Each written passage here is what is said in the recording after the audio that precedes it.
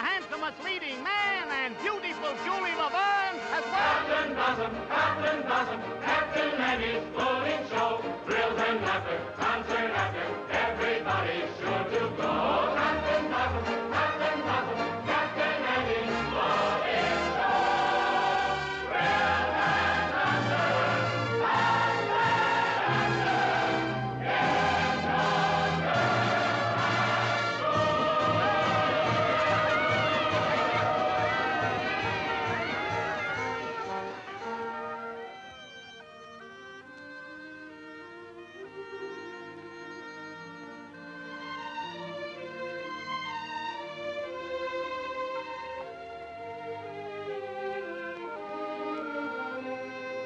Who cares if my boat goes upstream, or if the gale bids me go with the river's flow? I drift along with my fancy. Sometimes I thank my lucky stars. My heart is free. And other times I wonder, where's the mate for me? Hello. How do you do? Are you an actress? Oh, no, but I'd give anything if I could be. Why? Well, because you can make believe so many wonderful things that never happen in real life. Well, if you like to make believe one thing, why can't we make believe we know each other? The game of just supposing is the sweetest game I know. Our dreams are more romantic than the world we see. And if the things we dream about don't happen to be so, that's just an unimportant technicality. So the cold and brutal fact is, you and I have never met. We need not mind conventions, P's and Q's. If we put our thoughts in practice, we can banish all regret. Imagining most anything we choose. We could make believe I love you. We could make believe that you love me. Others find peace of mind. And pretending, couldn't you? Couldn't I?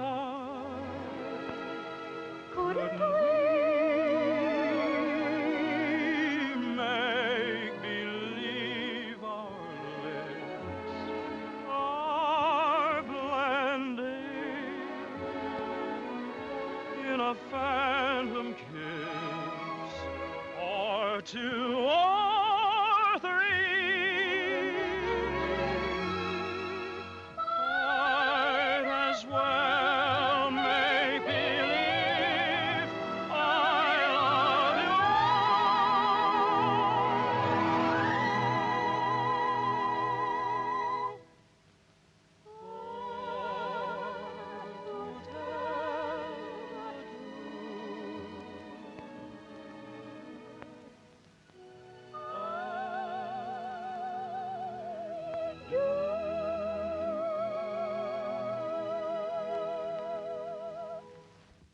Magnolia?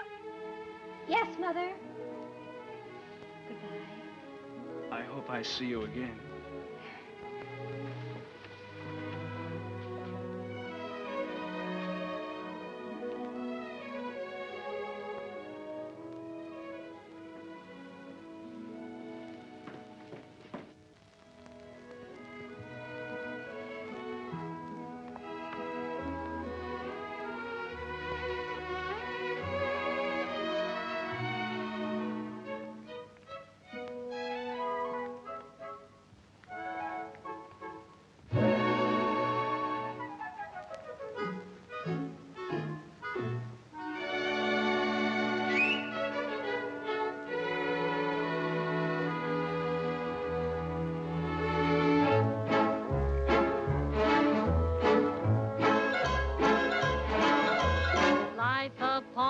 wicked stage ain't ever what a girl supposes.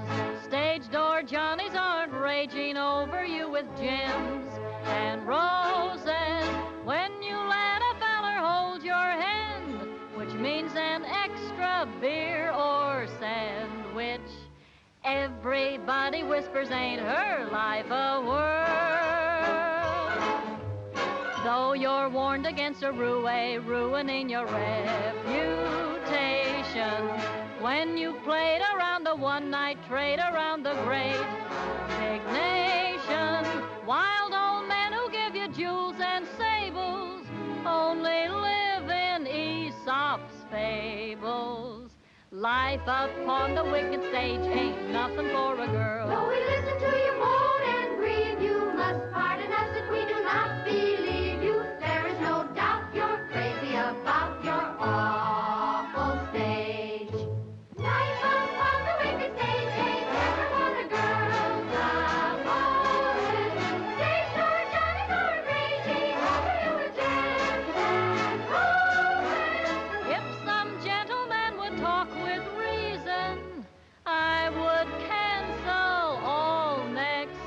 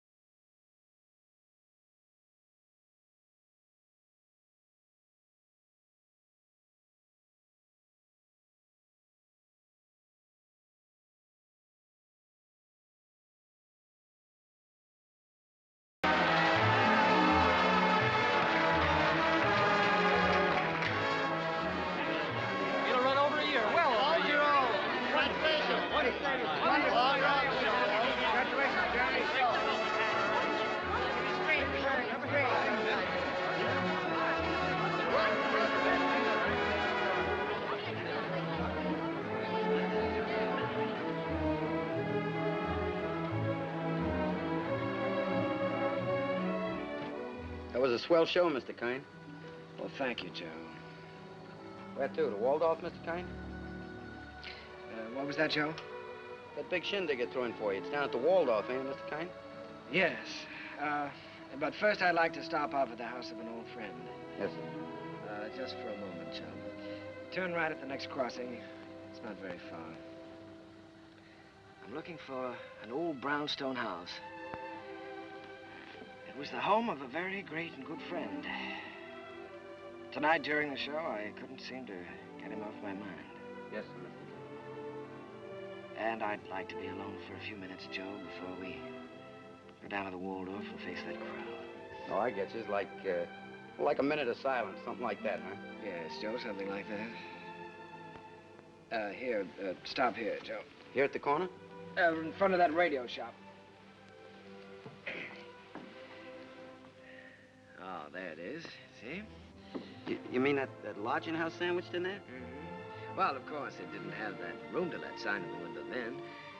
And other than that, it hasn't changed very much. As the street has changed. Changed quite a bit since I first walked down it years ago. Joe, did you notice this radio shop? Well, that was a bicycle shop the first time I ever saw it. I remember the day very well. It was spring, and I might have been any American kid coming down that street. I had a song under my arm, my hopes were high, and the world was wonderful. I was ambitious, and I was eager, but I needed a little help. I'd been told that the best man to give it to me was a man by the name of Hessler, James Hessler.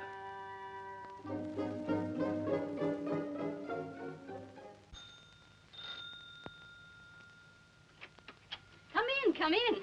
You're an hour late already. I suppose you realize that. You can start on the upstairs bedroom immediately. Mrs. Muller, Daddy wants some more roast beef. I'll be there in a second, Mr. Hessler, and see that you get to their nests, young man. He's not the moth killer. I'm a songwriter. A songwriter. I see. You entered under false pretenses. Well, it won't do you any good, young man. Mr. Hessler isn't seeing songwriters anymore. He's going in for better things. Maybe he should have some roast beef. He's very hungry. Shh! Don't mention roast beef in front of a songwriter. Look how skinny his neck is. No, so it is, so it is. You feel like you're going to fall down and faint, don't you? Dear. Well, you can come in for a while. I can't have people fainting in the house, not even songwriters. Thank you. Come in, come in.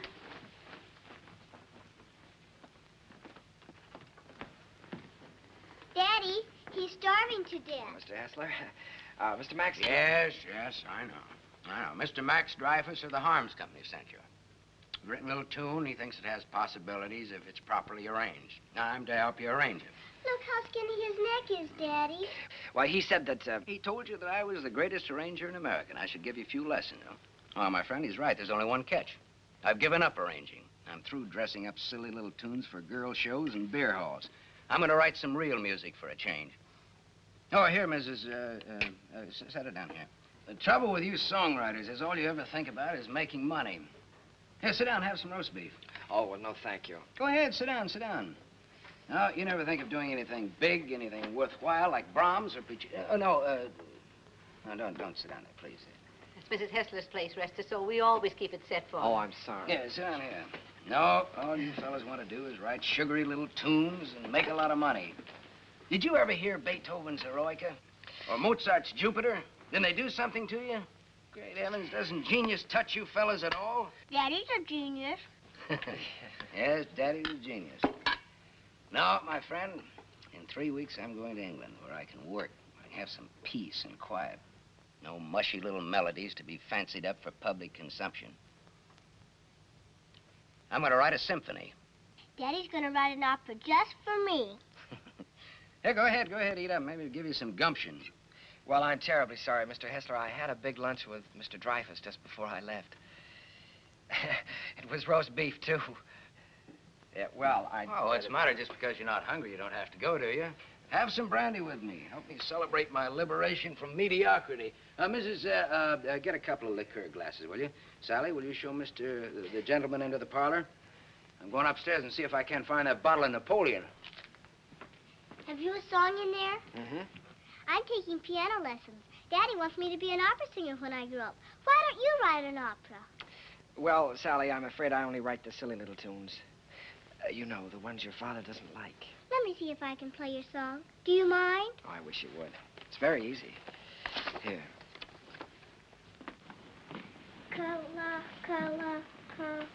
What's the name of the song? Kalua. That's a funny name. Sounds like candy, like gumdrops. Well, it's the name of a very romantic beach in Hawaii, Sally. No, that's B. B natural. Here, let me show you. Now, here's the melody. Should be played with clarinets. Oh, no, wait a minute. No, that's not right. You've got to use clarinets to play the vamp. Oh, I was thinking of using brass there. Brass and spoil your finish? Good heavens, man, you've always got to save the brass for the finish. Oh. Well, what do you think? Think? I know. This is a romantic song. Sit down. It's sentimental. You've got to start the melody off with your strings. Divisa, here, I'll show you. Start that vamp again, Sally. It's perfect for clarinet, see? Now, then the strings enter. Divisi. Did you hear how wonderful that is?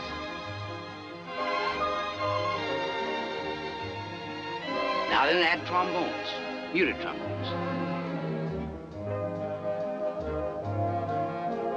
That's great, can't you just hear that? Sally?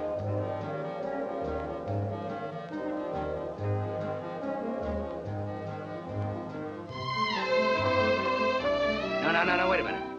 We ought to add flutes there. Light and easy.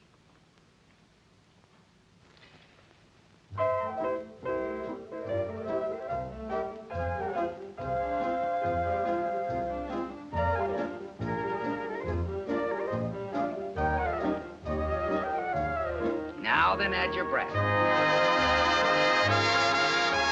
Your strings, too.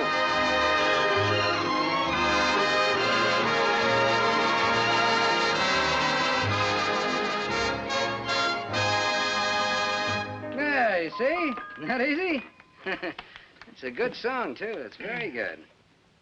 Is that yours? Yes. Mm-hmm. That's all right. What's your name again? Kern. Jerome Kern. Well, I'm glad to meet you, Kern. Make yourself at home. And I did. My life became a pattern of notes and clefs, tempos and modulations. We worked hour after hour, day after day. It was the beginning of a friendship. It was the beginning of a lot of things. And now, not only did I have a best friend, I had a best girl, Sally. And what a girl. Oh, those were never to be forgotten days, and I hated to think of them ending. But at last the time came when Jim had to leave for England. Oh, here, Jim, let me help you. Oh, it's those symphonies of yours. They're as heavy and bulky as lead. Nice they're not tinny like some tunes I've heard. Oh, Sally, honey, come here. All right, here we go. Fortissimo. Dum-da-da-dum-da-dum. Bum. Got it. Oh, you carry a lot of weight, Sally. It was easy. Come along, Sally. At least we're not going to miss the boat. Goodbye, Mr. Kern. Goodbye, Mrs. Goodbye, Sally. Bon voyage. What does that mean? Happy journey. Bye, Uncle Jerry. Be a good boy. This will be the end of it, boys. Don't forget to pack my song, Daddy. No, I'll get it. She means Kalua. Well, that is her song, Jim. You know, if it hadn't been for Sally, I wouldn't be here now. Well, she's very fond of you, Jerry. I'm going to miss her. I'm going to miss all of you. Well, you may not be gone so long. It all depends on... You won't mind living here alone, will you? Oh, no, I'll get used to it. Jim, in case I don't get a chance at the boat, I just wanted to tell you that... Oh, forget it. I like arranging now that I'm through with it. I'm glad to have been some help. No, it's more than that. It's been your kindness and your home here.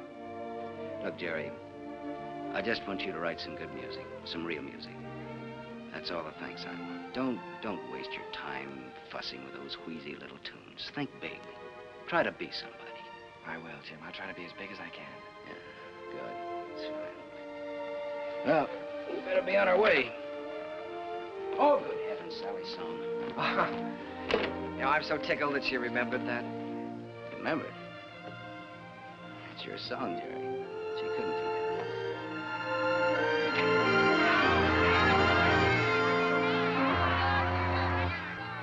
I stood there watching that boat pull out of the harbor, and I was lonelier than I'd ever been in my life. I walked through the days that followed, from office to office, theater to theater, always getting the same discouraging answer.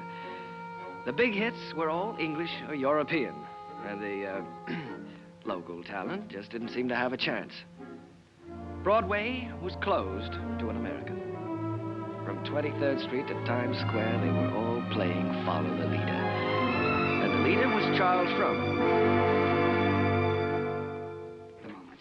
He's with Keller. Cecil Keller, the English composer. Mr. Frohman's not interested in American songs at the moment. He's leaving for England in a few weeks. Good day. How do you do? My name is Kern, Jerome Kern. Oh, yes. How do you do, sir? I see you have the deeds with you. Mr. Frohman's very anxious to see them. Deeds? You're the man from the real estate office, aren't you? No, I'm a songwriter. These are some of my songs. Your name isn't Kernan? No, Kern, Jerome Kern. I'm sorry. Mr. Frohman hasn't a minute to waste. I'm afraid I must say good day. Well, now, maybe sir. if he'd listened to one of my songs, I have one that could be made very English. Good day, sir. Goodbye, Mr. Frohman. Goodbye, Mr. Keller. I'll see you in London soon. I'll call you when I get there. Thank you. I'll be waiting for your call.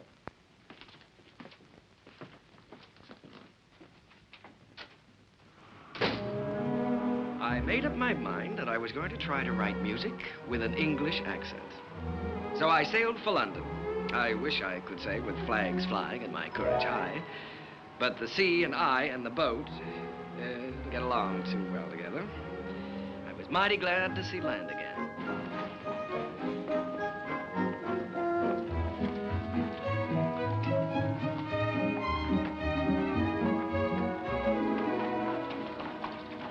Excuse me, could you tell me where Mr. Hessler lives? Hessler? We have a Wesley and we have a Smith. No, Hessler. Mr. Jim Hessler. Uncle Jerry! Sally. Oh, honey, it's so good to see you. We didn't know you were coming. Well, I didn't know I was myself. Daddy will be so glad to see you. Come on, we live right over there. All right. Oh, Sally, you're getting prettier every day. I'm a music teacher. Yes. Well, the tables are turned. American songwriter invades England. That's pretty good, Jerry. Well, it's daring, very original. You're thinking big anyway. It's a chance I'm taking, Jim. Say, you've gotten a little skinnier, haven't you? I haven't been getting enough roast beef lately, I guess. Jerry, I look at you sitting there, and it's just hard for me to believe you haven't been here all the time. Thanks, Jim. It's sort of like being home again. How was the symphony coming along? All right?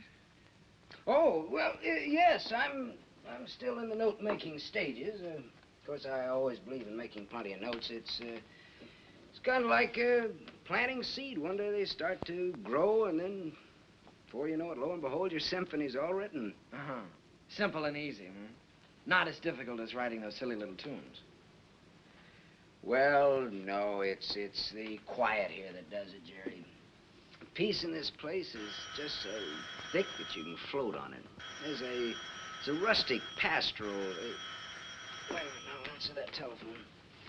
Oh, the doorbell. Will you get the door, please? Don't you do something about that? Yeah. No, there's a picturesque pastoral... Hello? So sorry, young lady, but you know the thing. Who? Sometimes they're on duckwork. My little I can't girl, she's waiting for a piano lesson, sir. Oh, Mr. Edwards. Yeah, put him on. Come, Sally, it's time for Hello, George. When, my little sonny? Fine. I don't want to. Tomorrow? Be glad to. I'm not going to have a lesson. For dinner, good. Hester, you behave yourself. All right, I'll be there. Bye-bye. George Edwards. The producer? Yes, he wants me to come up and sit in on a rehearsal of a new I show. don't want to take that piano lesson. Uncle Jerry's here. You've got to talk to your daughter. I can't do a thing with her anymore. Well... This is Uncle Jerry's first day here, and I shouldn't be made to take lessons. Should I? Should I, Uncle Jerry? Well, I think you should have one day off, maybe, huh? That's the end of her. There was some hope for her until her Uncle Jerry arrived. Now she's spoiled for good and all. Come, we get ourselves a cup of tea. You know, Sally, I'm inclined to agree with you. I think Uncle Jerry's arrival does call for a celebration. Now, what'll it be? London or the fair? Oh, the fair, Daddy. Please, the fair. All right. The fair it is.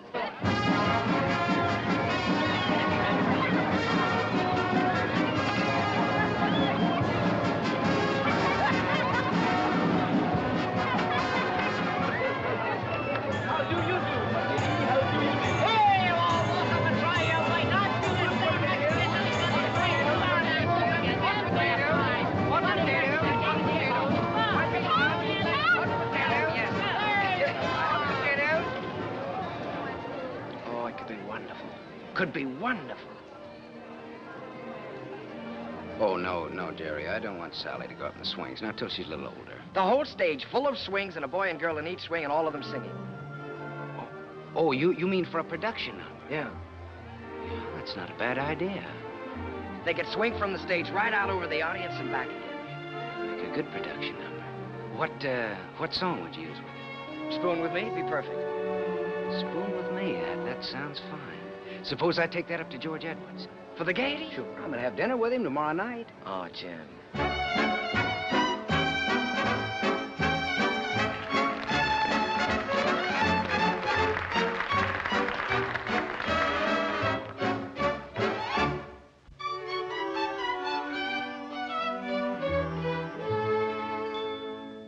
I don't know why I am so very shy. I always was demure. I never knew what silly lovers do. No flirting I'd endure. In all my life I never kissed a man. I never winked my eye. But now at last I'm going to break the ice. So how'd you like to try? How'd you like to spoon with me? I'd like to. How'd you like to spoon with me? Well, rather. Sit beneath an oak tree, large and shady. Call me little Tootsie Woodsy baby. How'd you like to whack and squeeze? Indeed, I would. Dangle me upon your knee. How if I could. How'd you like to be my lovey dovey? How'd you like to spoon with me? What a daisy.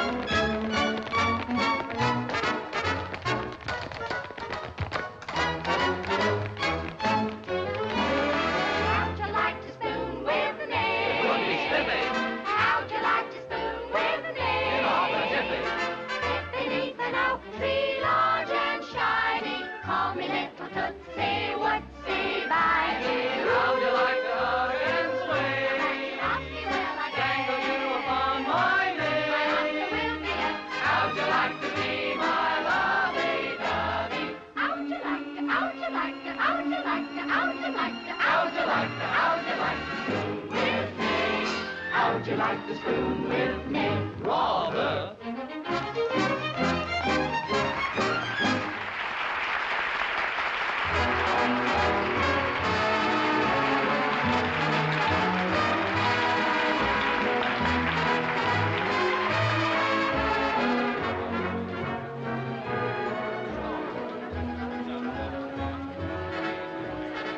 Pardon me for intruding.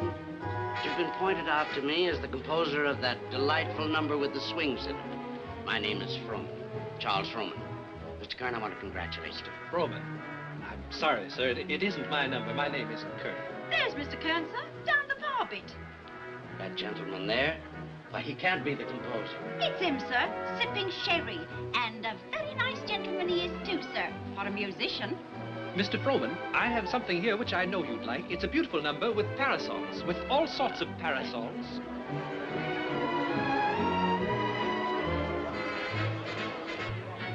Mr. Kern? Oh, Mr. Frohman, how do you do? I'm very glad to know you. Mr. Kern, I want to tell you I think your swing number is delightful. It has such beautiful English charm to it, really delightful. Oh, by Jove, Mr. Frohman, that's rather nice of you. It's a pleasure to know you, Mr. Kern. You know, you fellas over here have a style all your own. As English as the scent of the May blossoms. Would you join me in a glass of sherry? Righto. Miss. I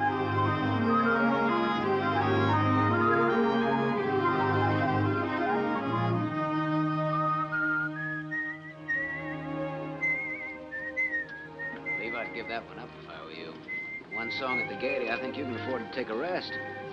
Well, if I could finish it, I know I could interest Frohman in it. You ought to know by now that Charles Frohman is only interested in English music and English composers. If I only had a piano, I know I could work this out right now.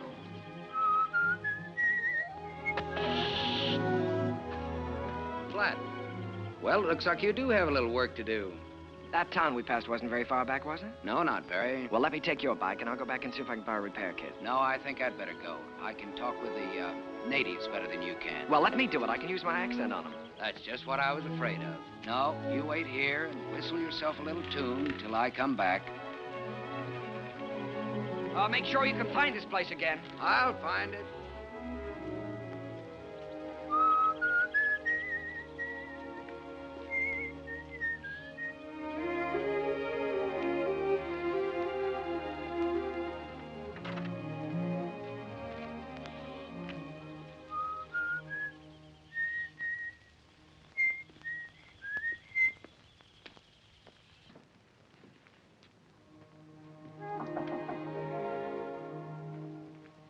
I say, is anyone there?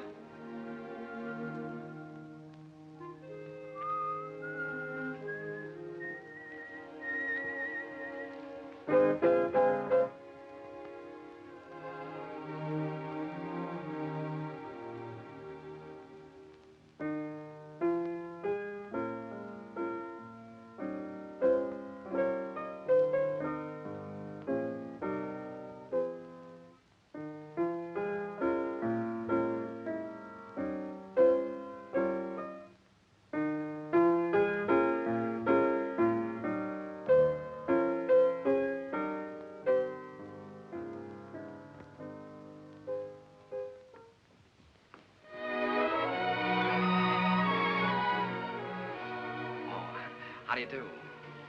Did Mr. Temkin send you? Well, I was passing by on my bike, and I got a flat tire, and, well, then you don't work for Mr. Temkins. No, I happened to notice your piano through the window, so I thought I'd come in and try out a little tune.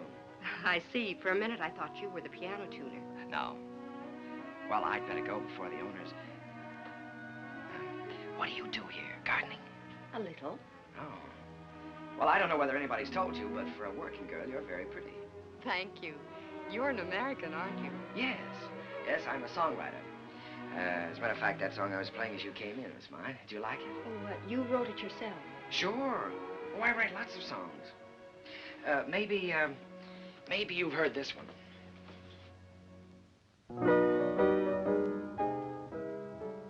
Why, that's from the Gaieties. Everybody's singing it. Uh-huh. Now, this is the one I was working on.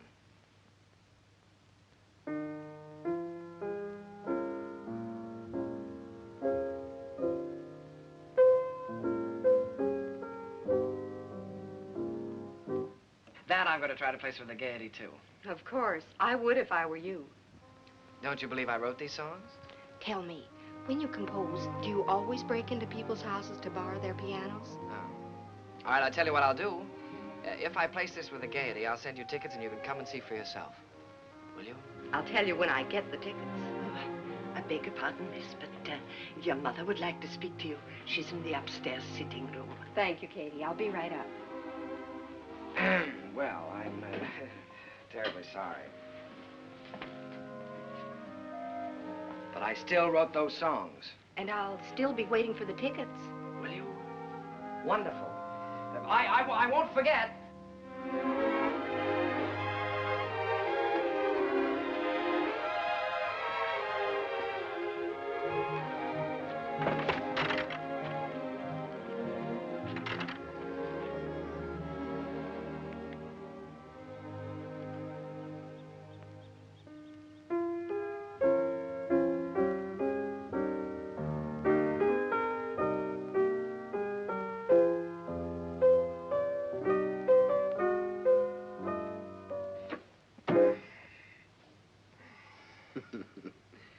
And you were the lad who wasn't going to fall in love with anybody for a long, long time. Well, this girl is different. Sure, I know. Well, now, don't joke about it. It's serious. Don't you believe me? Yes, of course I believe you. She really is different. I know. Her hair is like spun gold shining in the sunlight. Well, I don't know about her hair. She had a kerchief on, but her eyes were like pools in the starlight. I see. Even with her working clothes on, she's the prettiest girl I've ever seen. I'm sure of it. Seriously, Jim, don't you believe me? Yes, Jerry, I believe you. It's spring, isn't it? And tomorrow morning, I think I'm going to give you a great big dose of sulfur and molasses. Good night.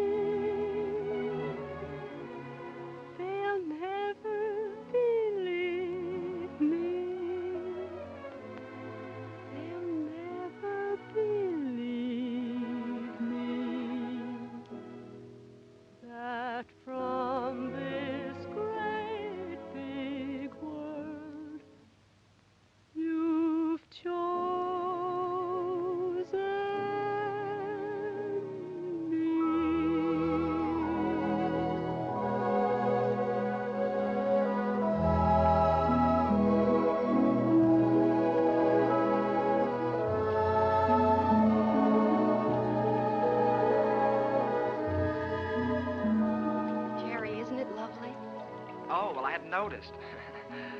When I look at you, I can't seem to see anything else. Oh, writing songs again. Perhaps we better stop and have lunch. All right. You can move in under those trees there. Isn't it a beautiful day? Beautiful. Now, let's see. You've seen Westminster Abbey and the Tower of London, and you've seen Buckingham Palace and Hampton Court. Maybe there's something I can tell you about this place. Eva, let's drop the history course for a while. Do you mind? Not that it isn't interesting, but, well, there are a few things I'd like to know about you, too. Well, all right. What would you like to know about me? Oh, just the ordinary things. Things you like and things you don't like. And where you went to school, and who was your first beau, and what you want out of life. That's a tall order. Where shall I start? The things you like. Oh, I guess I like what everyone likes. I like books and picnics and dancing and music. What about musicians? Oh, certainly musicians. And what do you want out of life? Oh, I guess again what everyone wants. Happiness. Have you ever given any thought to getting married? Why, of course. Doesn't everyone? Are you set on any particular type of man? I have been at different times. When I was 16, I desperately wanted to marry the star cricket player at rugby. And now? Now? Oh, now I don't really know. Except that he must have a sense of humor, and he must be kind, and he must be intelligent and good company. And of course, he must love me very much. Well, I know somebody with at least one of those characteristics. Someday I'll tell you all about it. Oh, good afternoon, good afternoon, good afternoon. And how have you been this afternoon? Well, I'll tell you how I've Oh, been. that's I've been so... looking Never all... mind, never mind. You feel wonderful. You feel great. How could you be otherwise after such a beautiful day? Tell me, my friend, how is your knowledge of English history? English history? Did you know that London happens to be the largest city in the world? Yes, I know that. Did you know that within the county of London there are 14 road bridges that cross the Thames? Now, there's the Waterloo. There's You don't say. Sounds dull, huh? Well, it's far from dull, my friend, when your history teacher is as beautiful as all the sirens of history put together. Did you know that all the swans on the Thames belong to the King of England? No, fancy that. And the male swan is called a cob. Oh, what does that get? And did you know that when you walk into Hampton Court, you're walking right straight into history? Oh, my dear friend, you have so many things to learn about England. Have you ever heard of a man named Charles Frohman? Frohman? Frohman, well, now that's a familiar name. The face escapes me. How can you talk about Frohman when I'm talking about love? Oh, so that's been the theme of this little dissertation. Yes. Well, I'm glad you informed me. Oh, that's all right. Because the next time Frohman's office calls, I'll tell him that you're too busy to be bothered. Yes, you tell him that I'm too busy.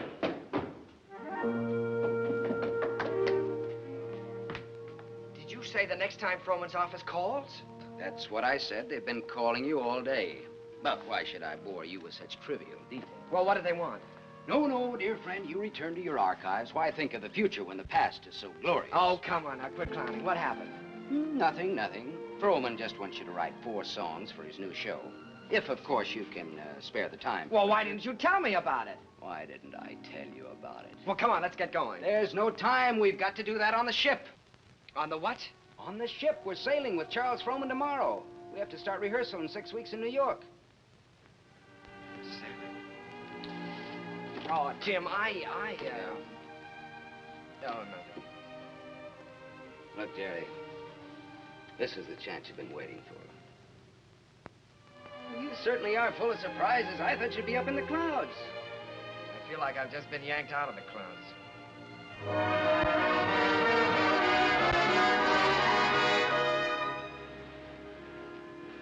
Jerry, aren't you coming down for lunch? Oh, no, Jim, I'm not very hungry. Now, look, you've got to snap out of this. It isn't the end of the world, it's the beginning. Here you are on your way back home with a Charles Frohman contract in your pocket. Why, you ought to feel wonderful. I know it. That's what I keep telling myself. You go back to England. If I just could have seen her once more.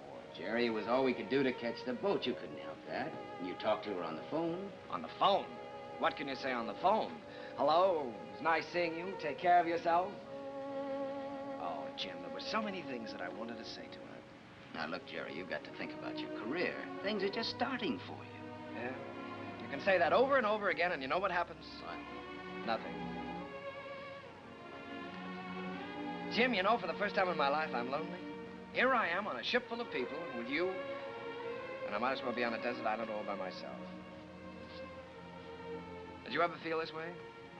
Yes, once. What did you do about it? I married the girl. Oh, hello, Mr. Frohman. Hello there. Been looking for you two. You weren't down to breakfast? No, The first day out is always a little rough on I know. Good Englishman should have his sea legs by now. Come and have lunch with me. Mr. Frohman, there's something I must tell you. I'm not an Englishman. Mr. Kern, there's something I must tell you. I never thought that you were. At least not after the first 15 minutes. Matter of fact, I'm very proud to be able to present a new American composer to Broadway. Thank you, Mr. Frohman. I have a lot of faith in you, Jerry. Just received a wireless from Julia Sanderson. She's accepted the part of the girl from Utah. Wonderful. Now I've got to have a great song for her. If it's a love song, he's got one.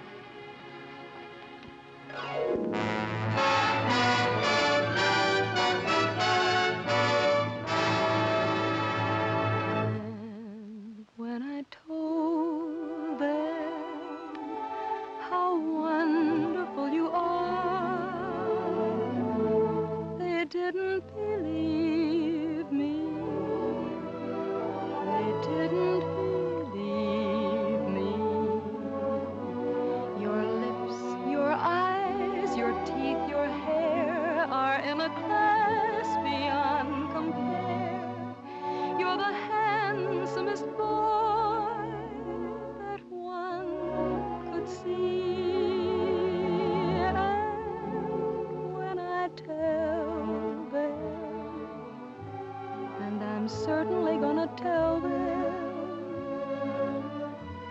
that you're the boy whose wife one day I'll be. They'll never believe me. They'll never believe me that from this great big world you've chosen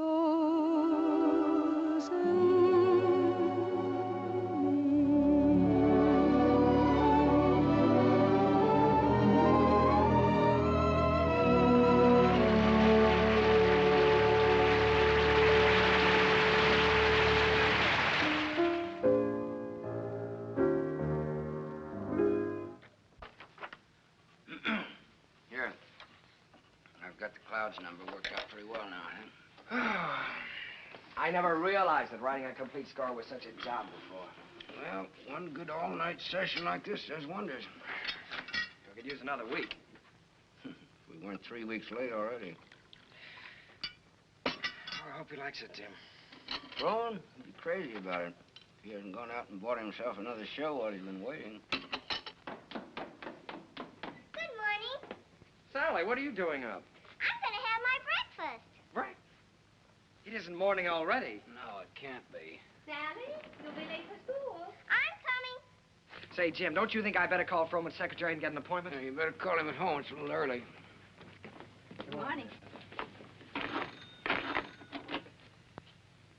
Bryant, 2446, please. Do you think it's in good enough condition for him to hear? Oh, yeah, sure. It's in good shape for a first draft. Hello, this is Kern, Jerry Kern. Mr. Froman was expecting me to call today about an appointment. He's leaving for England. Well, but he promised that he was going to listen to my show, Oh Boy, for his next production. Sales today. Oh, all right, thanks. Well, that's it. He's going over to buy himself another English show. Well, he can't. No? No, he can't. We worked like dogs on this score, Jim. And I had all my plans made, too. After he bought it, I was going to jump the next boat for England. I'd forgotten about that young lady. Wait a minute. I've got an idea. My passport is still good. Why don't I take the same boat he's taking today? Wonderful. Get him on board ship and he can't get away from you. That's right. Then I can sell him the show. Wonderful. Then I can go and see Eva. Sure, you can get married. Well, yes, probably have to ask her first. Well, that's an idea. Well, I'll go and phone the steamship company. Right, I'll go back. Driver, you think you can make it all right? If we get a break in traffic and the old engine holds out. Oh, Uncle Jerry. Jerry, come on now. We've only got a few minutes. Jerry, if you want to miss that boat, come on here.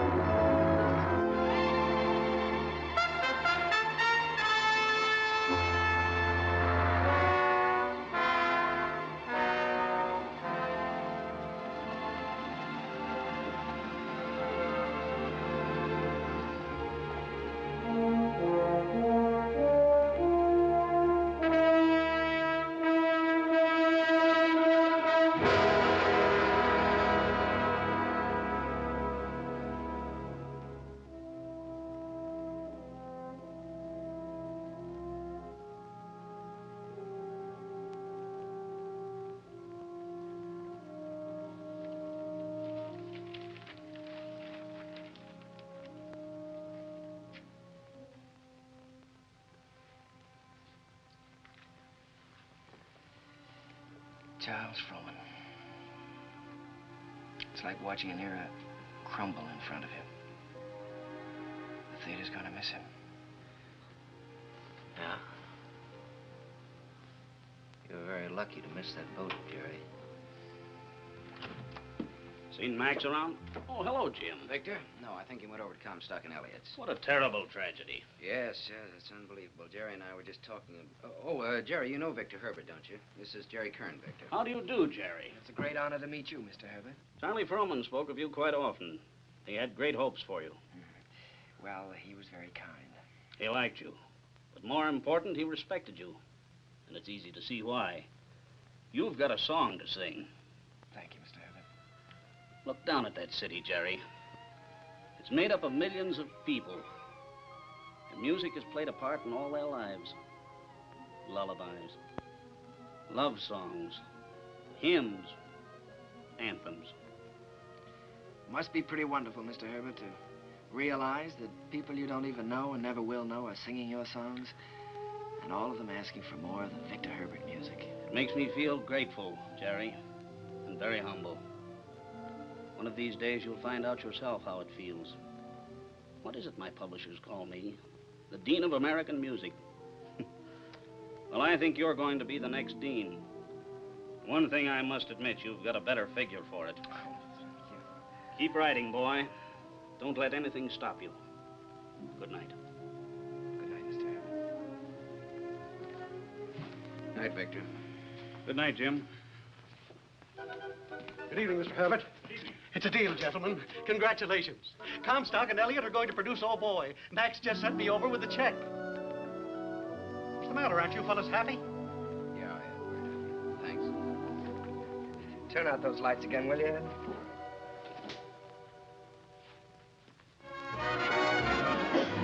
Well, there it is in lights. How does it feel? Well, it feels pretty good. If I could just get rid of some of these butterflies in my stomach. How do you feel?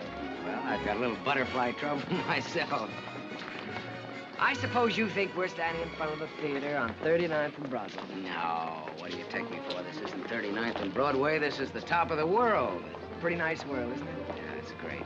It's wonderful what a difference seeing your name in lights can make, isn't it? Come on, we better go in or we'll miss the show.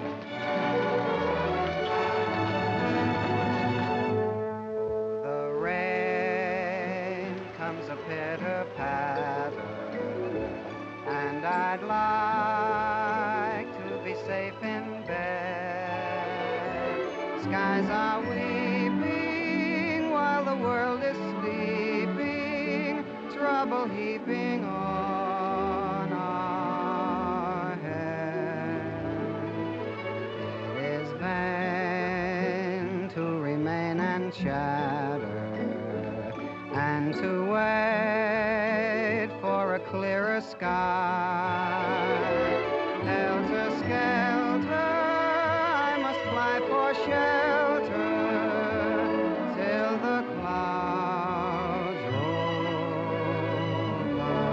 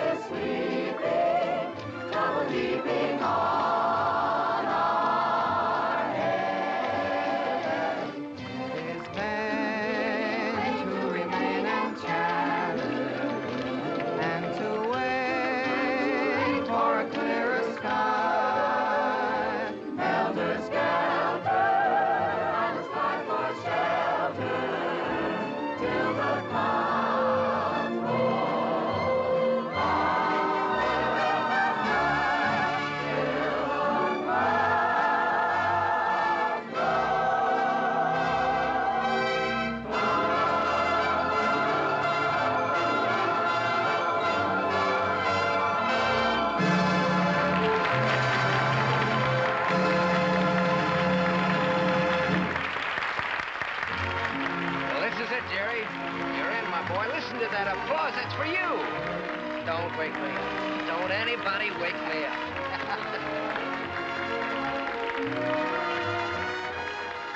Figured out how you're gonna spend your money yet? Well, for one thing, I think I'll buy an interest in Harms. For another... You think you might take a little ocean voyage? Well, good luck. I don't see how she can possibly say no. No, that's what I'm worried about. I'm afraid she is going to say no, Jim. You know, I can't get her out of my mind. She's... Well, she's... Yeah, I know. I've been through this before. She's everything you've ever dreamed of on this earth. She's everything I've ever dreamed of in heaven.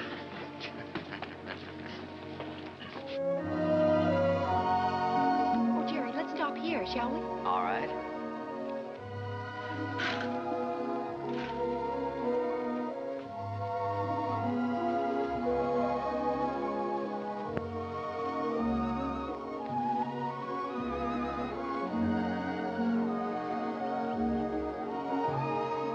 Jerry.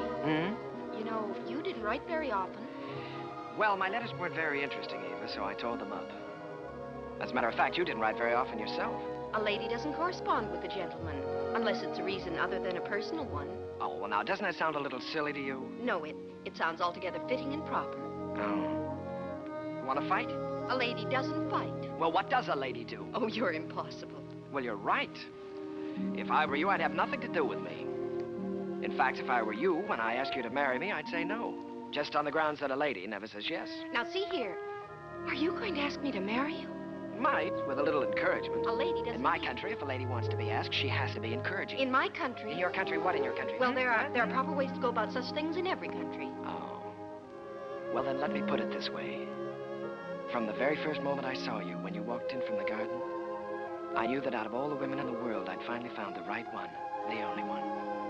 I wanted to tell you then. I wanted to say, hello, funny face. I don't know your name or anything about you, but I've loved you all my life. You were my first school teacher, my first date, the first girl I ever kissed, and everything in the world to me. You see, I recognized you immediately. You thought all that? That's right. I stood there thinking that, wondering what you'd do if I kissed you. What would you have done? What would you do now?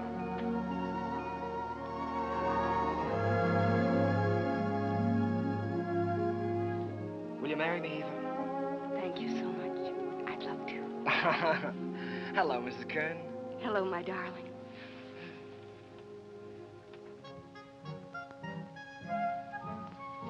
They're here, Daddy. They're coming up the steps. Welcome home. Jim! What, you old fox, you really did it this time. Nothing, my boy, nothing, just a little gesture. Jim, this is Eva. Hello, Eva. Hello. Well, you've married the nicest guy in this world. But the craziest. Oh, now, wait a minute. I was keeping that from her. Isn't she sensational, Jim? Jerry. Honey, turn around and let him look at you. Oh, Jerry. Look at that hair and those eyes. Have you ever seen a woman like that in your life before? Only once. No, I hope that both of you have all the happiness in this world. Oh, thank you, Jim. I think we have already. Forgetting me and the music. Oh, Sally, yes, I'm sorry, dear. Sally. On behalf of my father, Jim Hessler, and myself. On behalf of my father, Jim Hessler, and myself, I wish to congratulate you on the start of your voyage into the great sea of life. Oh, Sally.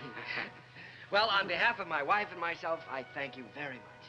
I'll take it. Hello, Mrs. Hello, Mr. Kern. Sally, it's so wonderful to see you. Why, you have grown up, haven't you? Sally, this is your Aunt Eva. On behalf of my father... Thank you, Sally. We're going to be real good friends, aren't we? Yes, I expect we are. Well, what do you say? Let's all go in and have something to eat, shall we? Oh, Jim, it's so good to be home again. Yes, it was good to be home. I felt I had everything in the world. Happiness, success, and the wife I had dreamed about. I wanted to put it all into music. Eva's smile, and her eyes, and what it meant to be with her. And at last, it seemed to me that the clouds had rolled by. First, there was Leave It to Jane. Leave it to Jane, make me plot and plan for you. She is the girl with I always try to do everything I can for you. No problem, you can wish on her, gives her a strain. She'll tackle gaily, a score or more daily. If something is on your mind, And I can see that there is not a dot of it. comfort you soon will Leave it to find. me, I will soon get you out of it. If you have started worrying, kindly refrain and just hand over the whole thing to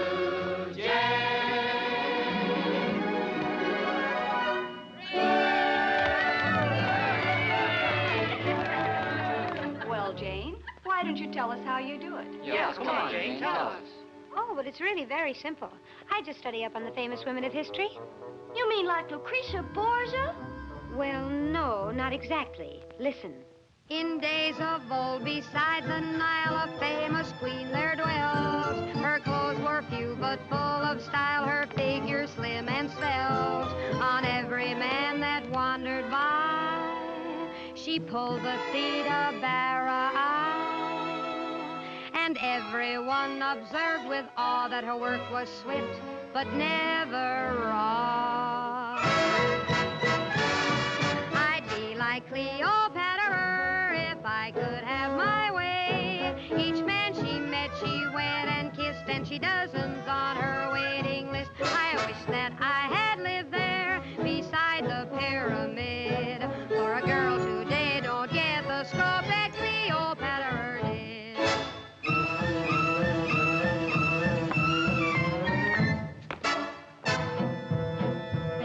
She danced new dances now and then, the sort that make you blush.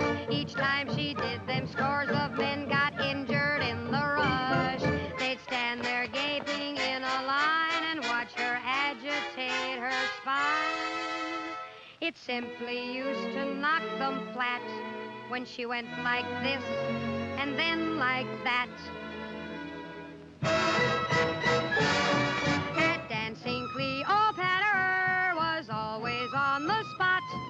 She gave those poor Egyptian ginks something else to watch besides the Sphinx. Mark Antony admitted that what first made him skid was the wibbly wobbly wibbly dance that Cleopatra did.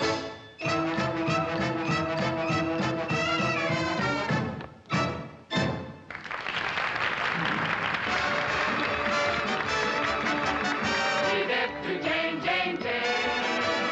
She is the girl with brains. No problem, you can whip her, give her a string. You'll tackle gaily, a score or more daily. If something is on your mind, comfort you soon will find. If you have started worrying, kindly refrain. Don't you bother, don't go to your father.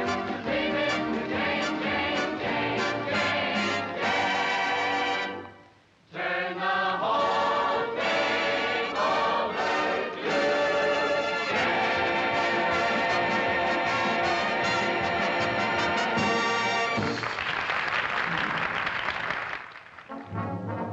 Once again, Broadway belonged to the Americans.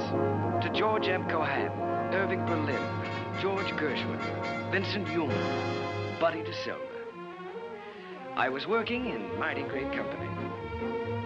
And in one of my own shows, Sally, I was fortunate enough to have the reigning queen of the era, the wistful, lovely, unforgettable Marilyn Miller.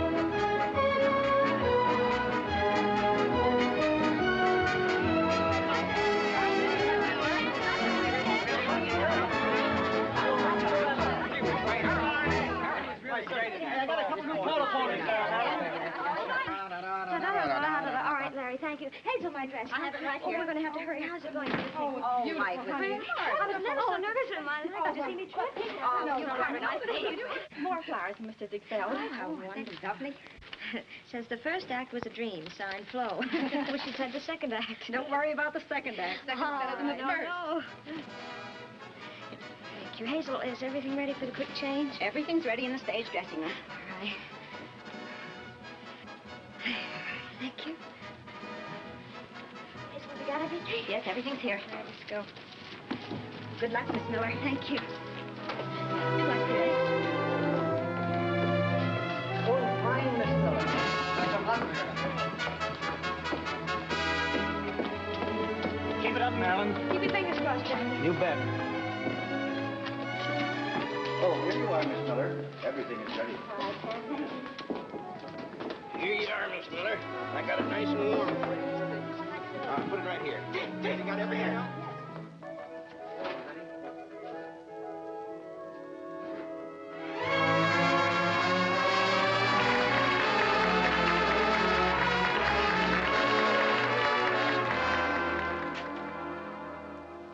As I wash my dishes, I'll be following a plan till I see the brightness in every pot and pan. I am sure this point of view will ease the daily grind, so I'll keep repeating in my mind.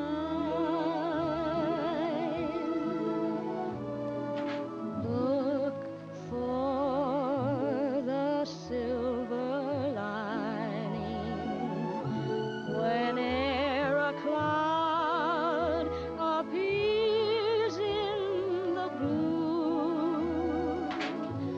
Remember, somewhere the sun is shining, and so the right thing to do is make it shine for you. A heart full of joy and gladness will always banish sadness and strife. So always look for the silver lining and try to find the sunny side of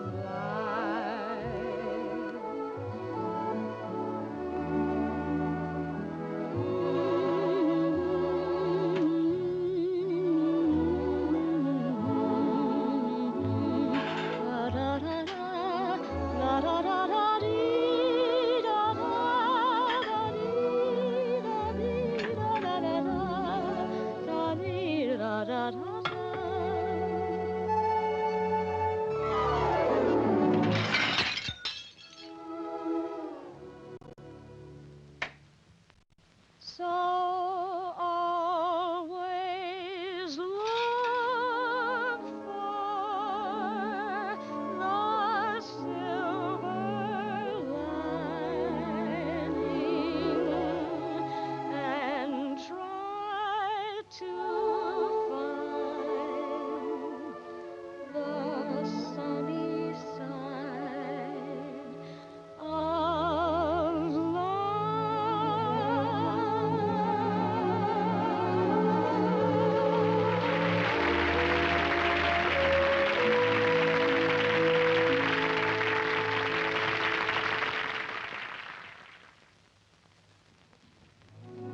I never thought I'd ever keep a scrapbook, but it was nice to know that people were singing my songs and asking for more.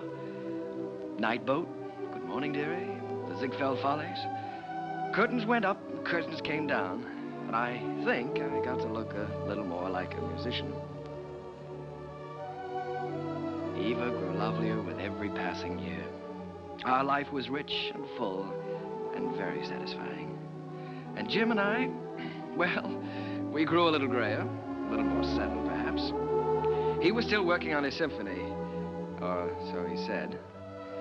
But on the whole, the years didn't change as much. However, they certainly did change Sally.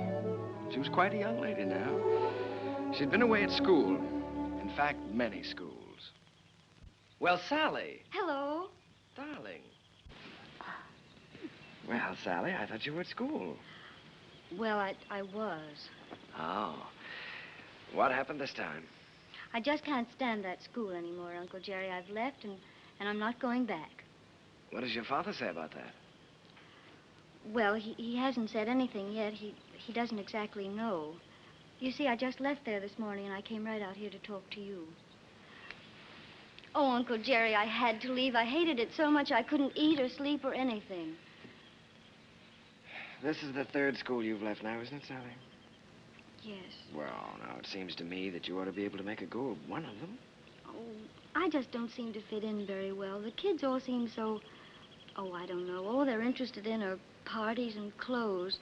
They seem to think that's all there is to life.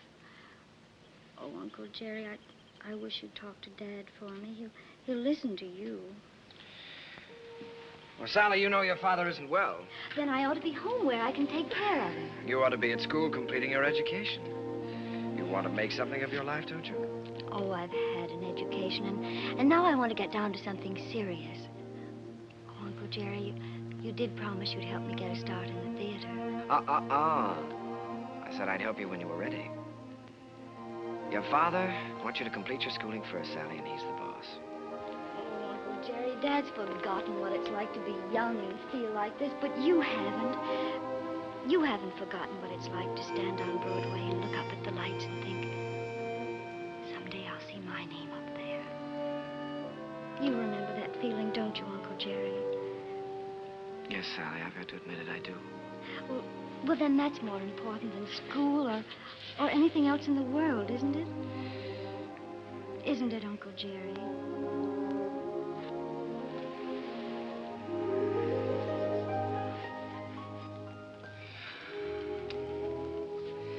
It's the third time, Jerry. Yes, I know. Maybe we shouldn't have made her go back before.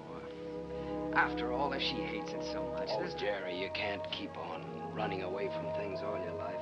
It's time Sally found that out. Well, you can't live another person's life for them either, Jim. It isn't fair. Sally's grown up now, and I think she ought to be allowed to do what she wants to do. I want her to finish her education and get a chance to finish mine. I always said that any kid of mine was going to get the right start in life. Well, what's right for one person isn't always right for another, Jim. You know that. Jerry, the trouble with that girl is she's just plain stage-struck. She comes by that honestly enough, doesn't she? Remember how we used to pound the sidewalks and knock on doors? Nobody could stop us. Goodness only knows enough people tried to. Remember how thrilled we were when we finally realized we were in? So what right have you or I to interfere with Sally? Yeah. Well, what are we gonna do, Jerry? I'd give her a part in Sunny. So cast. Part of Gwen hasn't been cast yet? Gwen, well, it's only one line. Gwen is going to have a song. The doctor's here, Mr. Hessler. Oh, fine, Miss. Doctor, I'll be with you upstairs in just a minute. Good evening, Mr. Kern. Hello, Doctor. You know, when you get to be my age, you start collecting pills. Well, Jerry, I hope that works out all right.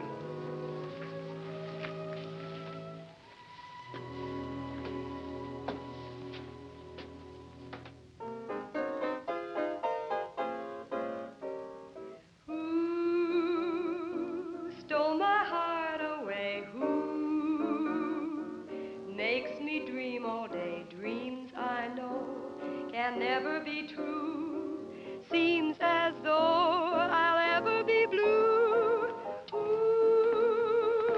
Hello, Mr. Hammerstein, how are you? Very well, Miss Miller, and you? Fine. Hello, Oscar. Jerry. This is a charming number. I was just telling Jerry how much I liked it. What a fine lyric you've written. Oh, thanks. Jerry, I've just been talking to Mr. Dillingham, and he thinks that Who should be a big production number instead of a solo, and that, of course, Marilyn ought to sing it. Oh. Well, then, of course, we'll have to do it. It puts me in rather a tough position, though, Oscar. After all, I did write it for Sally. I know you did, Jerry, but we'll give Sally something else. Oh, she's going to be awfully disappointed. It's a wonderful song, and I'd love to sing it, but I hate to take it away from her. Well, it's for the good of the show, Marilyn. I think you're right, Oscar. Have you thought, though, how you're going to tell Sally? It's not going to be easy. Oh, I thought you should tell her, Jerry. Oh, I was afraid you would. Well, after all, you know her so well, it shouldn't be too difficult. Well, it would be a lot easier if I didn't know her so well. Would you like me to tell her? I'm sure she'll understand. Would you do that, Marilyn? Certainly. Ask her to meet me in my dressing room. And don't worry. Thank you, darling. But Uncle Jerry wrote that song for me. I know. And I know how disappointed you must be, too. But, Sally, disappointments are part of the theater, and you've got to be able to take them. Well, the very same thing happened to me in my first show. I had to give up my song to the star. I think I felt pretty much as you're feeling right now. Then I think it's a pretty low, miserable trick for you to pull on someone else. Sally, listen to me a minute. This is your first show. You're just starting.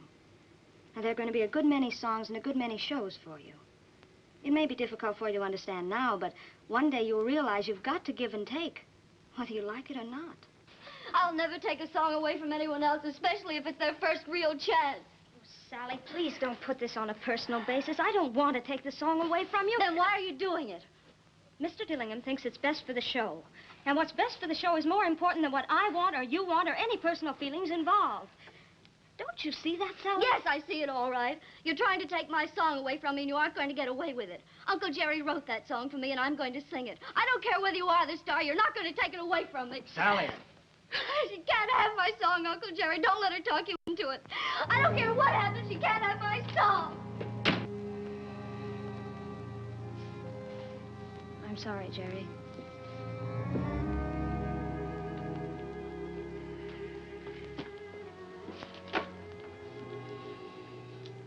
What is it, Sally? Am I still in the show, Uncle Jerry? If you want to be, you won't have a song, though. He took my song away from me, the song you wrote for me. Sally, there's a little thing called for the good of the show. Apparently the show didn't seem very important to you this afternoon. Not important. You didn't care what happened to the show just so long as you got your way. The theater doesn't work that way, Sally. Nothing works that way. I learned something today. I suddenly realized that you're not ready for the theater yet. Not ready. No. All you have to offer is a small talent, a great deal of conceit, in return for which you want success.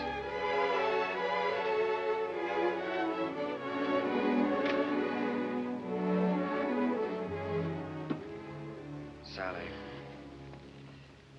I've known you and loved you ever since you were a little girl. I couldn't love you anymore if you were my own child. But I must say this to you. You're not going to get anywhere in this life by using people. And until you realize that, you're not going to have the respect of anyone. Sally, I'm ashamed of you.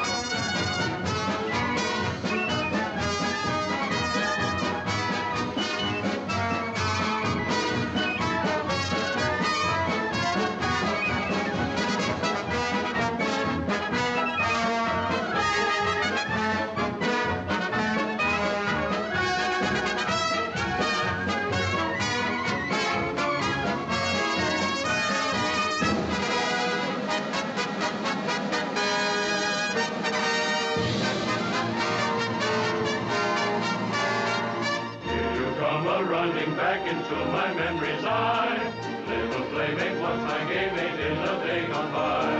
Ragged dresses, tangled tresses, flying o'er the hill. Heaven bless us, you no less a share of Jacksonville. You funny little willow that describes her to a T. She is full of fun, he named the lady perfectly. She is bright and sunny.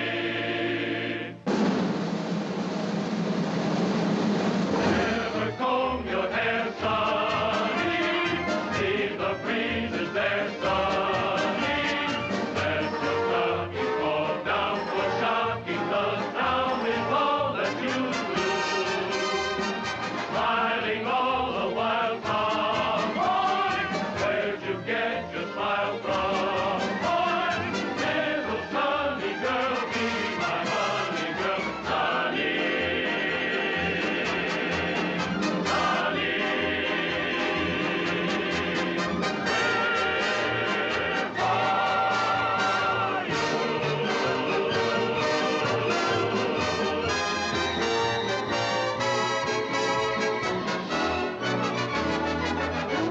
Ooh, stole my heart away. Ooh, makes me dream all day. Dreams I know can never come true. Seems as though I'll ever be blue. Means my happiness. Ooh, would I answer yes to? Well, you ought to guess who. No one but you.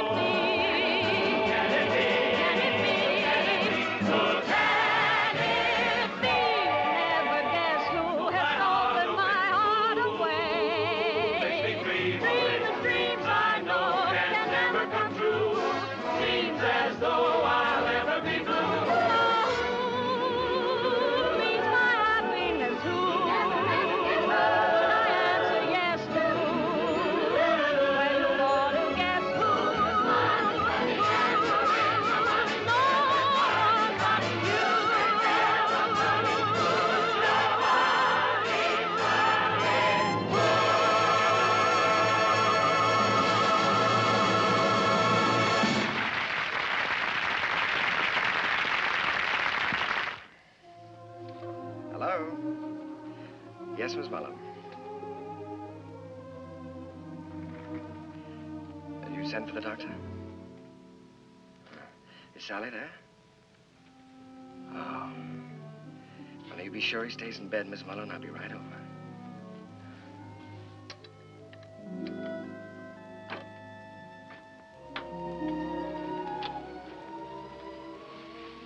The doctor get here?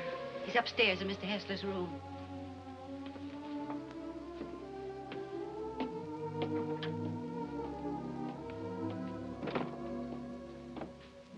It's his heart.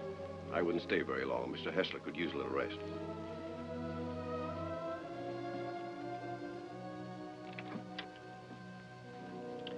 Well, good evening, Jim.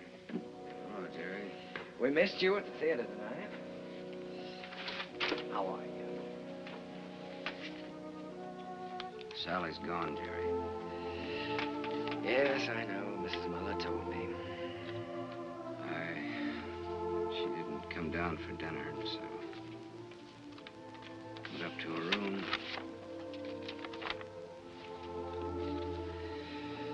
Dear Daddy, I'm going out on my own. Don't worry about me. Someday you'll be proud of me. I'll always love you. P.S. Tell Uncle Jerry I still love him. It's all my fault, Jim. I shouldn't have suggested that she'd be in the show. No, Jerry. Sally is Sally. It's time both of us faced that. Yes, I know, but I think I heard her. Well, she's got spunk, all right. Jerry, she's young. She's way too young to be out on her own. Well, now, look, Jim, don't you worry about this. I'll bring her back. I wish you'd do that. I promise you I'll try my utmost. Yeah, just as soon as you can, will you? Good night, Jim. Why don't you get back into bed and get some rest? Yeah. I left no stone unturned trying to find Sally. Personal ads, private detectives. But the answer was always the same. No one had seen her. It was a futile hunt. I tried to keep Jim's hopes alive, but I think he knew. And then, one night... Please don't mention that I telephoned.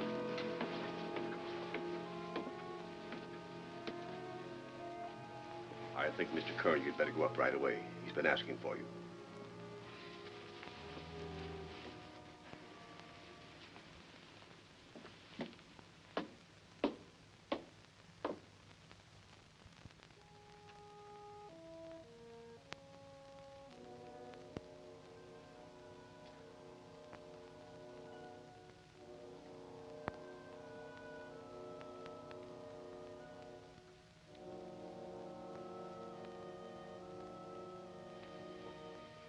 Jim. I was just driving by. I thought I'd drop in and say hello. Yeah. You forget I've known you a long time. Feeling better, aren't you? Yeah, I'm fine. That's good. All you need now is a little rest. Kind of quiet around here now. Yes, it is, but things will be popping again just as soon as Sally comes back. Have you heard from her, Jerry? No, not directly. But I've got a couple of very good leads. I've got a hunch they won't be very long now. Then I'm going to see to one thing, Mr. Hessler. You're going to finish that symphony. I've kept you from that too long now. I forgot about that symphony. Forgot about it years ago. Well, what about your notes? I never made any notes. I was just posing as usual. You know, I used to go around hollering about being a genius. You are a genius, Jim. And you with your wheezy little tunes. You were writing the real music. The folk music of America. Thanks, Jerry, for letting me kind of stick around. No, wait a minute. Let's get something straight, Jim. I didn't let you hang around. If it hadn't been for you and your faith in me, I would have quit half a dozen times, you know that. And if we're going to start handing out bouquets, I just want you to know that I don't know where to begin to thank you.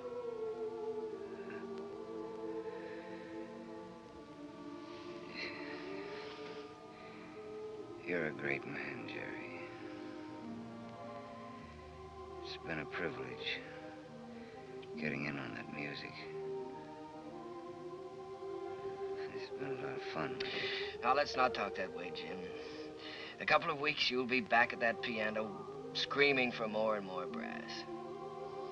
Ah, Jerry.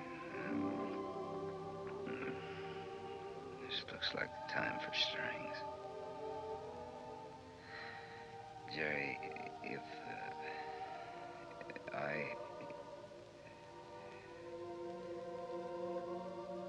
want you to look after Sally for me. Jim, you're going to be all right. So is Sally. In a couple of weeks, why, we'll be laughing about this.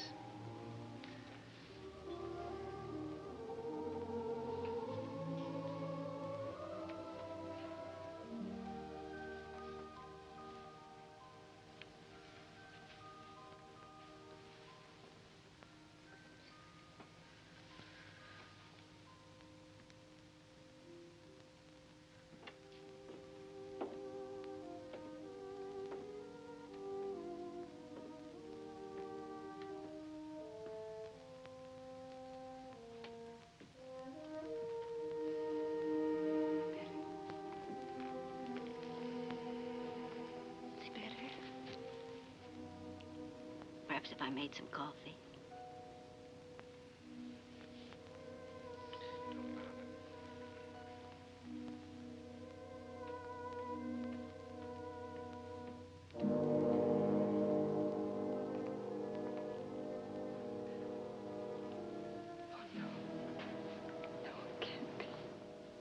Mr. Kern had hardly closed the door when he...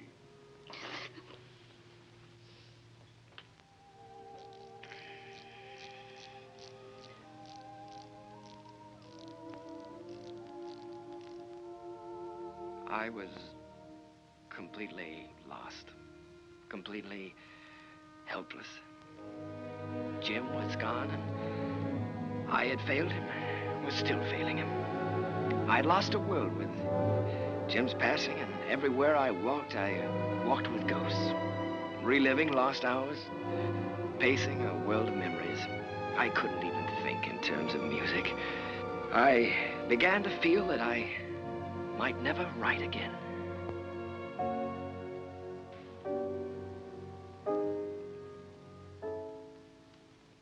How long has this been going on? For weeks, Oscar. Ever since Jim died. He's a score to write, and he hasn't done one song. Well, that certainly doesn't sound like Jerry. He seems to have completely lost heart. Have you had any word of Sally? No, but he has every friend he ever had in show business looking. Well, don't worry about it. She'll turn up. It's Jerry I'm worried most about. You know, Oscar, I believe he's beginning to think he can't write music anymore. It's heartbreaking to watch him. Well, I have a book here I'd like him to take a look at. I've been commissioned to adapt it and write the lyrics, and I think Jerry's the man to do the music. I don't think he'll do it, Oscar. Well, that's hard to believe. There's never been a time as long as I've known Jerry when you couldn't excite him with a good story. There's never been a time in his life like this. But you can try, and I'll tell him you're here.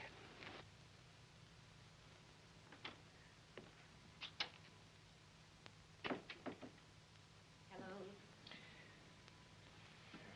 How's it going, dear? Oh, fine, darling, fine. I was just tinkering a little bit with the melody, but it's going to be all right. Of course it is. Aye, it is raining, isn't it? Jerry, Oscar Hammerstein's here. Oscar? Oh, darling, why didn't you tell me?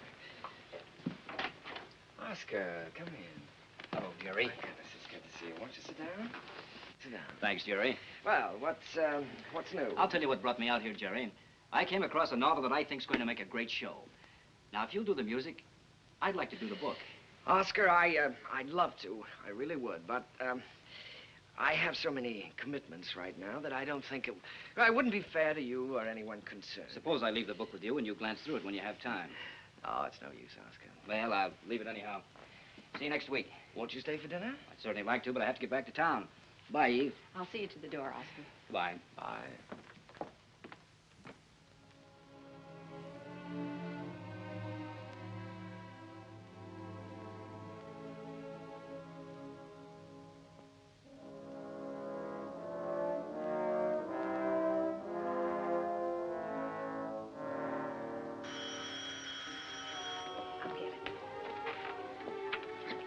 Hello?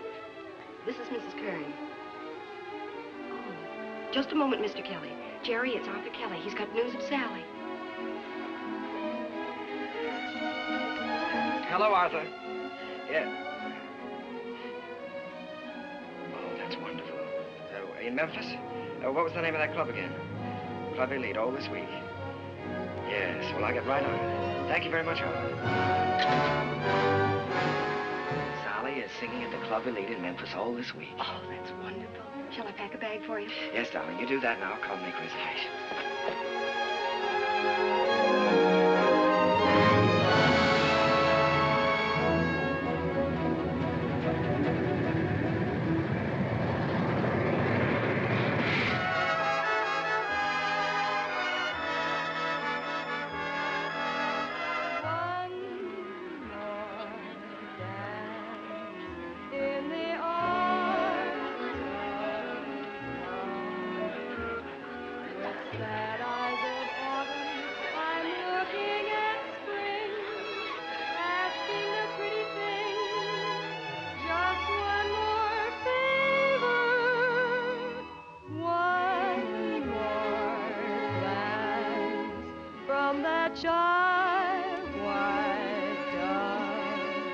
One more night, if you will. One more flight, one more thrill.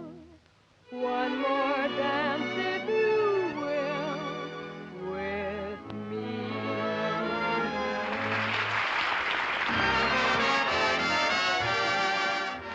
Will you dance with me?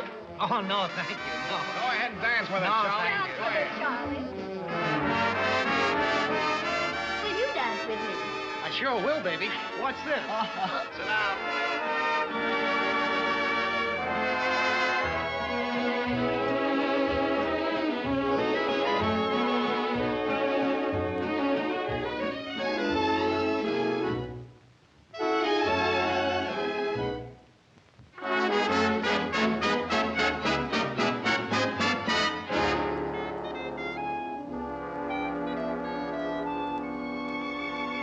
Think of what you're losing by constantly refusing to dance with me.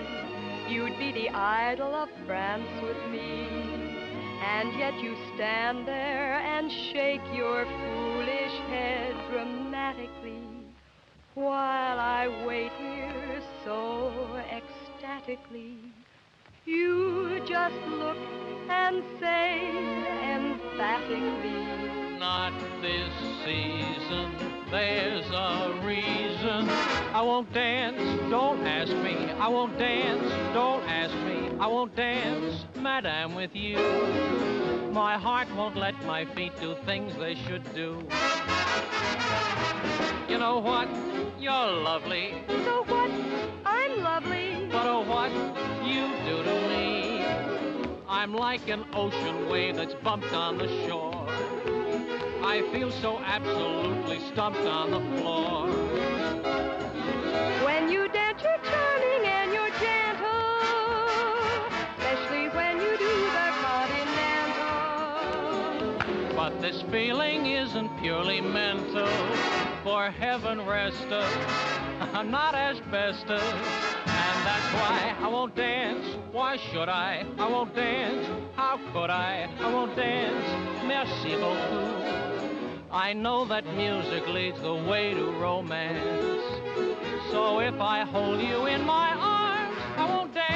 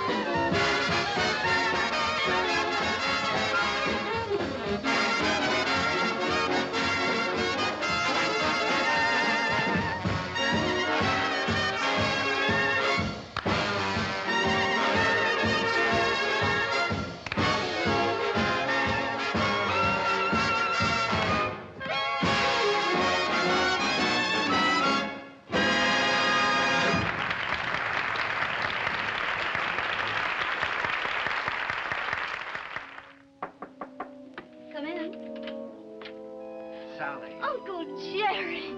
Oh, Uncle Jerry, I'm so glad to see you. What are you doing here? Well, I was out front watching the show.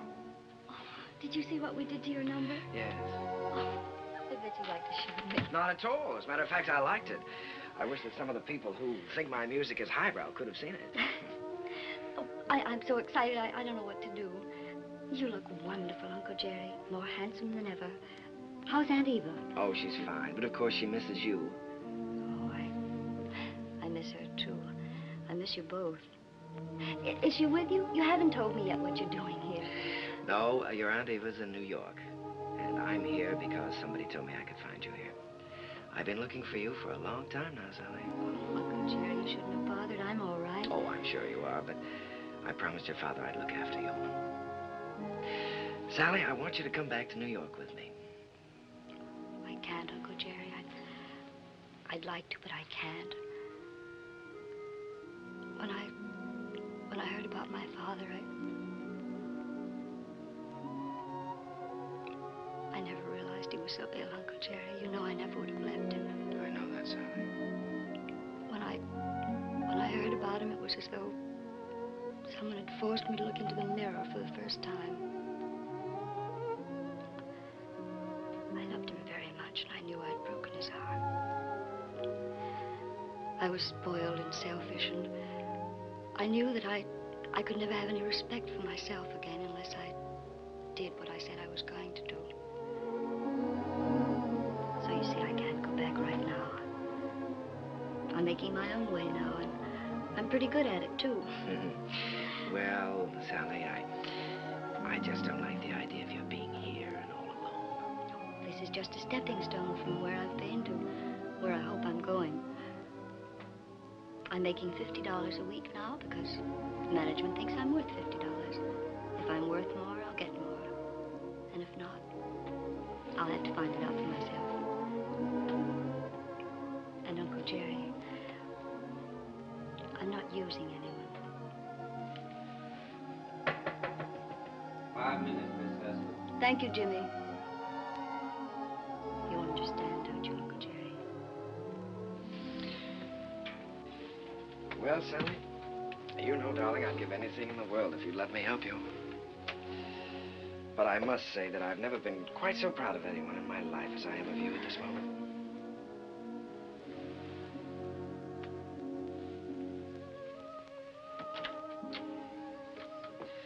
Good luck, darling.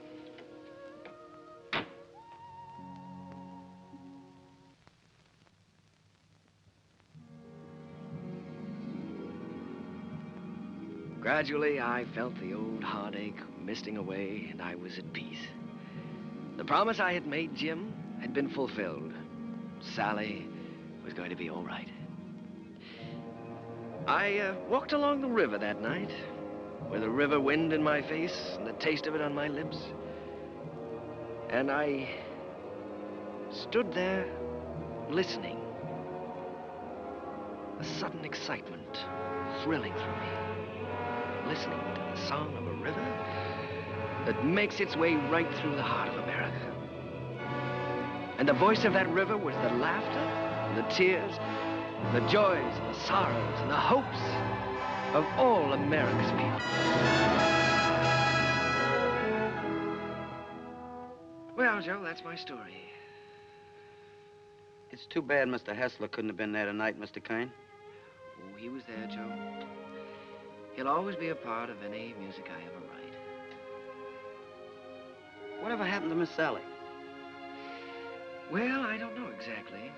She's on her own now. Maybe I'm just getting tired of something, but ever since Jim's been gone, I feel like everything is sort of ending for me. Maybe my music is ending too, Joe. Ending? After that show tonight? Hey, I gotta get you back to the Waldorf. You got some vows to take. No, sir, Mr. Kern. Your music ain't ending for you. In my opinion, it's just the beginning.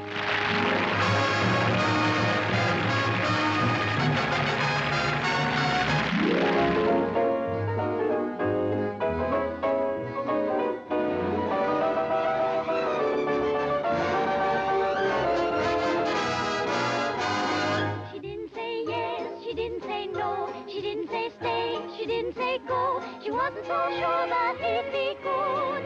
She wasn't even sure that she'd be good. So what did she do? I leave it to you. She did just what you do.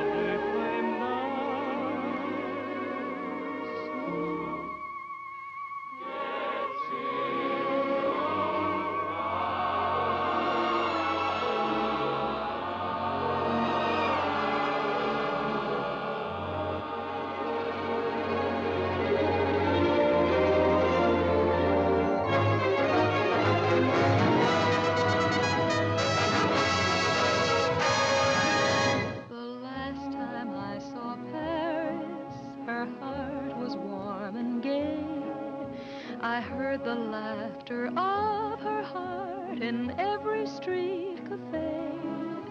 The last time I saw Paris, her trees were dressed for spring, and lovers walked beneath those trees, and birds found songs to sing.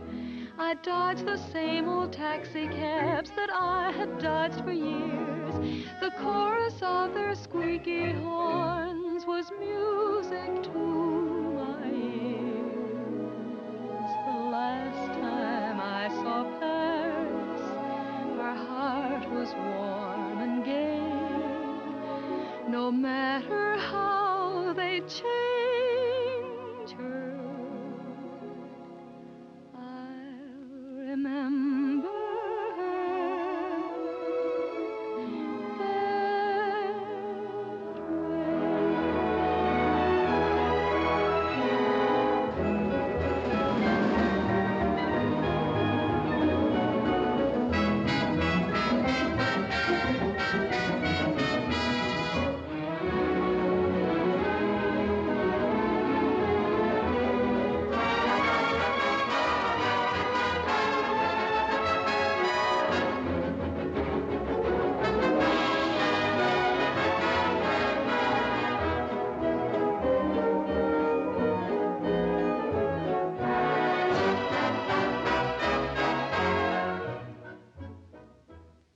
Do sit down, Mr. Kern.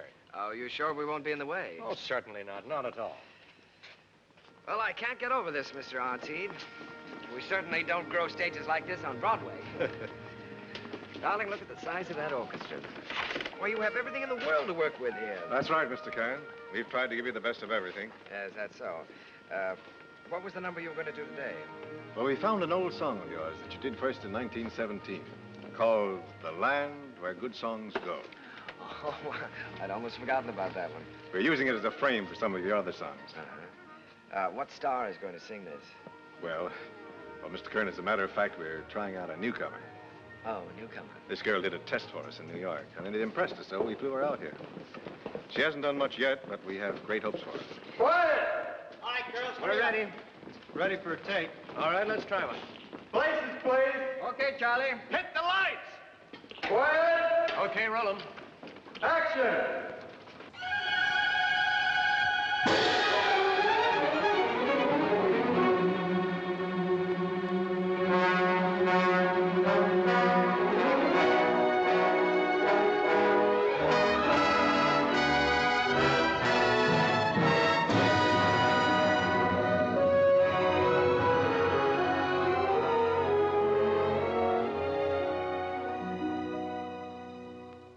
It's a land of flowers and April showers with sunshine in between.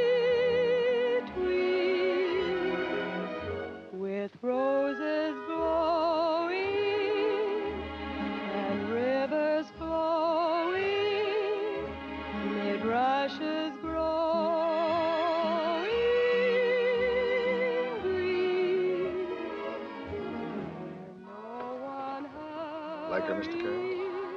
Like her? I love her. I'd rather hear her sing one of my songs than anyone else in the world. Wouldn't you either?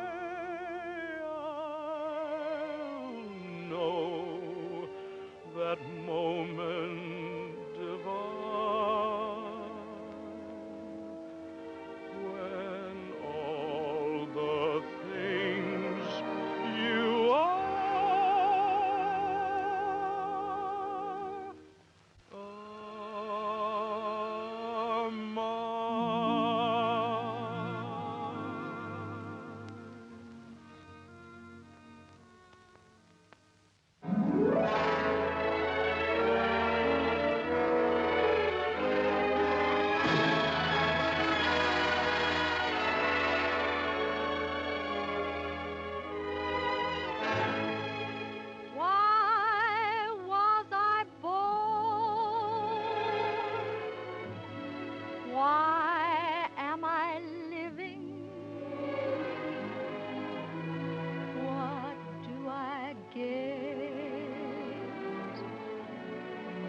what am I giving? Why do I want the things I dare not hope for? What can I hope for? I wish I knew.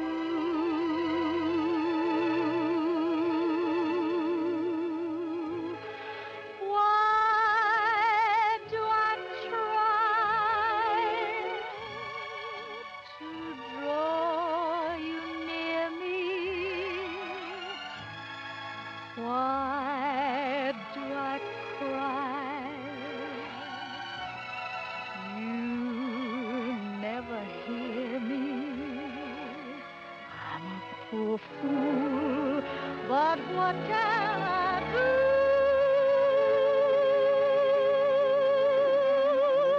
Why was I born to love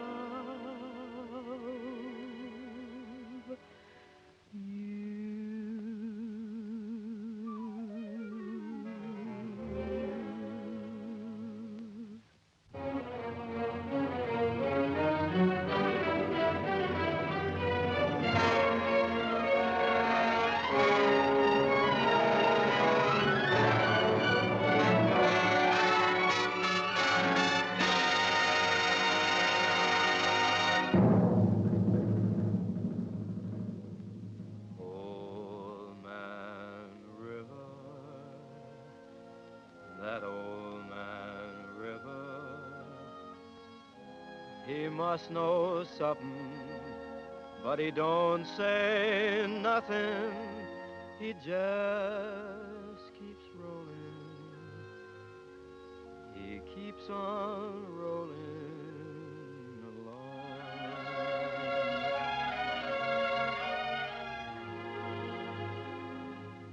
He don't plant taters, and he don't plant cotton, and them what plants 'em is soon forgotten.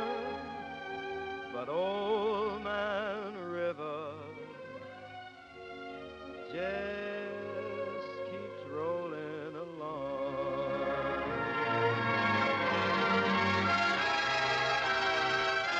You and me, we sweat and strain, bodies all aching and racked with pain. Tote that bar, lift that bell, you get a little drunk, and you land in jail.